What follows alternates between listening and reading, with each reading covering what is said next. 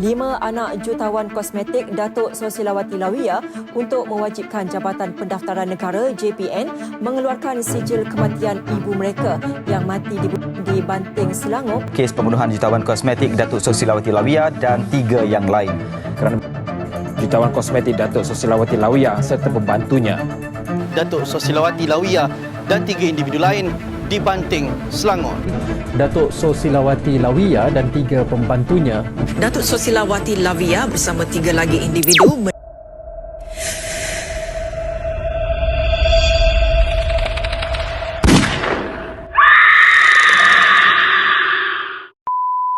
Halo kakak, terima kasih banyak sudah klik video ini. Di video kali ini saya akan membahas kasus penghilangan nyawa yang terjadi di negara tetangga, yaitu Malaysia. Di mana kakak, kasus penghilangan nyawa tersebut menimpa seorang pengusaha yang sangat sukses di bidang kecantikan bernama Datuk Sosilawati dan 3 orang rekannya. Mereka berempat tidak hanya dihilangkan nyawanya begitu saja kakak, tetapi proses penghilangan nyawa yang dilakukan kepada mereka berempat membuat saya berpikir kalau otak dari penghilangan nyawa tersebut adalah binatang, bukan manusia. Oke kakak, tanpa banyak tetek bengek, mari sama-sama kita bahas sesingkat-singkatnya tentang kasus penghilangan nyawa yang terjadi kepada Datuk Sosilawati dan ketiga rekannya.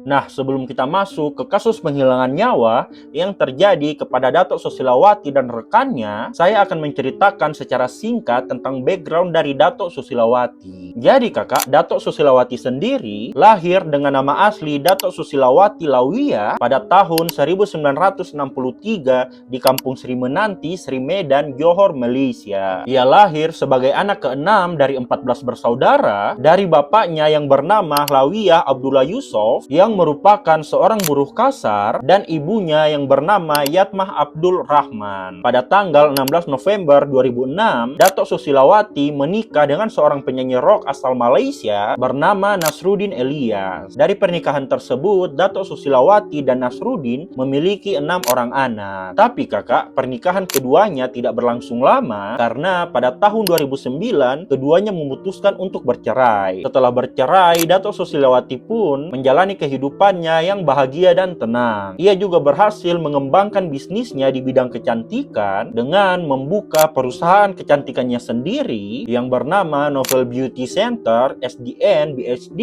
dan dari hasil penjualan kosmetik inilah ia berhasil menyekolahkan ke-6 anaknya sampai ke luar negeri. Datuk Sosilawati yang tadinya anak seorang buruh kasar menjelma menjadi seorang wanita karir yang sangat sukses dan dikenal di mana-mana. Ia pun aktif tampil di berbagai acara TV dan seminar sebagai pembicara, serta menjalani kehidupannya yang penuh dengan kemewahan. Sampai di mana kakak, kejadian yang sangat-sangat mengerikan terjadi kepada Datuk Sosilawati, yang mana kakak pada tanggal 30 Agustus tahun 2010, Datuk Sosilawati dilaporkan menghilang. Ia menghilang bersama dengan ketiga rekannya, yaitu sopirnya sendiri yang bernama Kamarudin Samsudin, pengacara pribadinya bernama Ahmad Kamil Abdul Karim, dan staf Bank CMB yang bernama Norsihan Muhammad. Pihak kepolisian yang mendapatkan laporan tersebut langsung melakukan penyelidikan terhadap hilangnya Datuk Sosilawati dan ketiga orang rekannya, di mana setelah melakukan penyelidikan, pihak kepolisian mendapatkan informasi dan kesaksian dari anak sulung Datuk Sosilawati yang bernama Erni Dekritawati Yuliana Buhari. Erni mengatakan bahwa sebelum mereka dilaporkan menghilang, mereka berempat pergi bersama ke sebuah tempat di daerah Banting untuk melakukan transaksi jual beli tanah, di mana ibunya yaitu Datuk Sosilawati hendak menjual tanahnya. Saat sedang di perjalanan, Datuk Sosilawati sempat menghubungi anak sulungnya yaitu si Erni dan mengatakan bahwa ia dan ketiga rekannya dalam sebuah perjalanan untuk melakukan transaksi jual beli tanah. Datuk Sosilawati juga menyebutkan bahwa nantinya ia akan bertemu dengan seorang pria bernama Padmanaba, yaitu yaitu seorang pengacara dan makelar tanah terkenal yang tinggal di daerah Banting, Malaysia. Yang mana Padmanaba inilah yang nantinya akan membeli tanah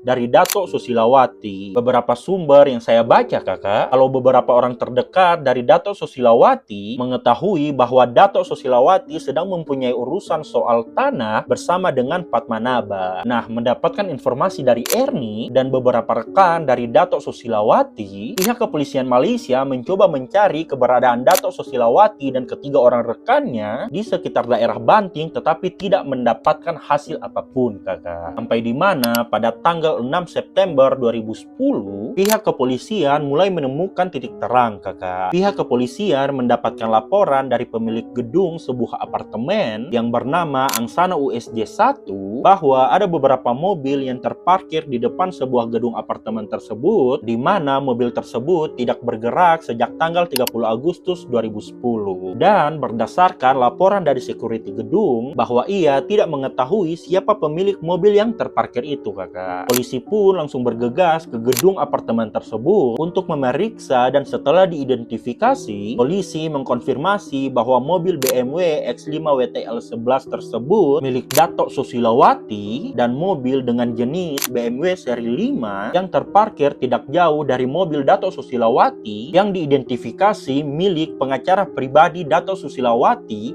yang bernama Ahmad Kamil Abdul Karim. Yang mana kakak, di kedua mobil yang ditemukan, barang-barang dari pemilik mobil masih tertinggal di dalam mobil tersebut. Nah, dari penemuan tersebut, pihak kepolisian langsung menyelidiki sidik jari dan DNA yang tertinggal di mobil Datuk Susilawati dan pengacara pribadinya. Polisi juga mengecek panggilan terakhir dari ponsel Datuk Susilawati dan pengacaranya, yang mana ponsel tersebut tertinggal di dalam mobil mereka masing-masing. Setelah diselidiki, polisi mulai mencurigai Padmanaba dan adiknya yang bernama Surendran, di mana polisi sangat-sangat yakin bahwa kedua kakak beradik tersebut mempunyai kaitan dengan hilangnya Datuk Susilawati dan 3 orang rekannya. Para polisi merasa yakin kalau mereka berdua terlibat karena setelah melakukan pengecekan di ponsel Datuk Susilawati dan ponsel dari pengacara pribadinya, polisi menemukan bahwa orang terakhir yang dihubungi oleh Datuk Susilawati dan pengacaranya adalah kakak beradik tersebut. Polisi pun langsung mengumpulkan bukti dan informasi terkait kasus hilangnya Datuk Susilawati, sampai di mana ketika bukti-bukti sudah terkumpul, polisi pun menangkap Padmanaba dan adiknya yang bernama Surendran. Setelah dimintai keterangan, dari keterangan Padmanaba dan Surendran pun, polisi akhirnya mendapatkan sebuah informasi tentang sebuah tempat peternakan ayam yang menjadi tempat eksekusi terhadap para korban. Polisi langsung menuju ke tempat tersebut, di mana saat sampai di tempat itu, polisi langsung dibuat kaget dengan tajamnya aroma bensin dan bau daging yang telah dibakar. Polisi pun melakukan identifikasi dari sisa daging yang terbakar di tempat tersebut, di mana kakak, setelah diidentifikasi, pihak kepolisian mengkonfirmasi bahwa sisa daging yang ditemukan di tempat pembakaran tersebut adalah milik Datuk Susilawati dan ketiga rekannya. Padmanaba dan adiknya Surendran akhirnya ditetapkan sebagai tersangka atas kasus penculikan dan penghilangan nyawa terhadap Datuk Susilawati dan juga ketiga rekannya. Polisi yang mencoba meminta keterangan lebih lanjut dari Surendran dan Padmanaba awalnya kesulitan kakak, karena kakak beradik tersebut tidak mau membuka suara. Polisi yang terus mendesak kakak beradik itu sampai akhirnya keduanya memberikan kesaksian dan menceritakan kronologi tentang penculikan dan penghilangan nyawa yang mereka lakukan kepada Datuk Susilawati dan juga ketiga rekannya. Oke kakak, kita masuk ke kronologinya. Jadi kakak, di hari itu tanggal 30 Agustus tahun 2010, Datuk Susilawati dan ketiga orang rekannya bertemu dengan Padmanaba di apartemen milik Padmanaba. Yang mana setelah bertemu dengan Padmanaba di apartemennya, mereka pergi menuju ke tempat peternakan ayam milik Padmanaba dengan menggunakan menggunakan mobil Padmanaba. Saat sedang dalam perjalanan, Padmanaba diam-diam memberikan instruksi pada 3 orang pekerjanya, yaitu Tilayalangan, Ermatan, dan Katafarayan melalui pesan di mana Padmanaba menginstruksikan untuk menganiaya Datuk Susilawati dan ketiga rekannya saat mereka sampai di lokasi peternakan ayam. Setelah Padmanaba, Datuk Susilawati, dan ketiga rekannya sampai di lokasi dan hendak turun dari mobil, mereka langsung dipukuli menggunakan benda tumpul secara berulang kali sampai kehilangan kesadaran. Mengetahui bahwa Datuk Susilawati dan 3 orang rekannya telah kehilangan kesadaran, Padmanaba dan ketiga pekerjanya langsung mengikat para korban dengan menggunakan kawat di sebuah pohon. Tidak sampai di situ, kakak. Setelah mengikat para korban dengan menggunakan kawat, pelaku menusuk korban dengan menggunakan sebuah pisau yang dilakukan berkali-kali sampai para korban kehilangan nyawanya di tempat. Setelah korban sudah kehilangan nyawa, pelaku lalu memisah-misahkan tubuh korban dan kemudian mengoleskan kotoran sapi ke tubuh korban. Setelah itu membakar tubuh korban. Oh iya kakak, alasan pelaku mengoleskan kotoran sapi ke tubuh korban adalah agar proses pembakaran dapat berlangsung dengan cepat, dan kakak yang memberitahu hal tersebut tidak lain dan tidak bukan adalah si Padmanaba, si kurang ajar binatang ini. Nah, saat mereka selesai membakar jasad korban, para pelaku dan bos mereka yaitu Padmanaba mengumpulkan abu dan tulang belulang yang tersisa, kemudian membuang abu dan tulang belulang tersebut ke sebuah sungai yang berada di dekat lokasi eksekusi. Mereka juga membuang barang bukti berupa alat-alat yang digunakan untuk mengeksekusi korban ke dalam sungai itu juga, kakak. Nah, setelah melakukan hal tersebut, para pelaku meninggalkan lokasi dan balik ke rumah mereka masing-masing seperti tidak terjadi apa-apa. Singkat cerita, polisi yang sudah mengetahui kronologi dari penghilangan nyawa Datuk Susilawati dan ketiga orang rekannya dan telah mengetahui lokasi pembuangan tulang belulang dan alat bukti lainnya, langsung cepat-cepat pergi ke sungai tempat para pelaku membuang alat bukti. Di sungai tersebut, polisi menemukan alat bukti berupa senjata yang digunakan untuk mengeksekusi para korban, tulang belulang, jam tangan mewah milik para korban, 6 buah seng yang diduga menjadi penutup para korban saat dibakar, 2 buah handphone BlackBerry, dan sebuah kunci mobil BMW X5 milik Datuk Susilawati. Setelah mendapatkan banyak alat bukti, persidangan pun digelar, kakak. Yang mana setelah melalui proses persidangan yang begitu panjang, pada tanggal 16 Maret tahun 2017, Pengadilan Malaysia menjatuhkan vonis hukuman mati kepada Padmanaba yang menjadi otak dari penghilangan nyawa berencana dan penculikan. Pengadilan juga menjatuhkan hukuman mati kepada Tilayalangan dan Katafarayan. Sementara itu kakak, eksekutor lainnya yaitu Ermatan dibebaskan dari hukuman mati karena kurangnya bukti, dan adik dari Padmanaba yaitu Surendran dijatuhi hukuman penjara karena membantu kakaknya yaitu Padmanaba dalam menyusun rencana penculikan dan penghilangan nyawa.